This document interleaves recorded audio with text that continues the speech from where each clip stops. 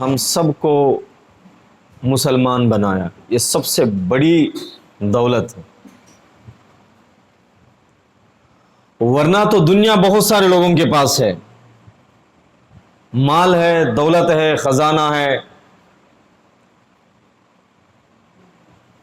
4 ایسے بادشاہ دنیا میں گزرے ہیں جو پورے دنیا پر حکومت کرے تھے، قریب 4 بادشاہ۔ کتنے بادشاہ؟ میرا جواب بھی دیتے رہے، کتنے بادشاہ؟ چنگیز خان ایک ایسا بادشاہ تھا، بہت بڑا فاتح تھا، بہت بڑی دولت تھی اس کے پاس۔ بیٹھ جاؤ بیٹا، چھوڑ دو، بیٹھو بیٹھ جاؤ، حافظ صاحب بیٹھ جاؤ، سب بیٹھ جاؤ۔ چنگیز خان بہت بڑا بادشاہ، فاتح تھا، دنیا کے ملک اس سے ڈرتے تھے، کامتے تھے چنگیز خان آئے گا ملک کے ملک قبضہ کر لے گا۔ سکندر بادشاہ بہت بڑا بادشاہ تھا، اور ہم سنتے بھی ہیں کہ نمرود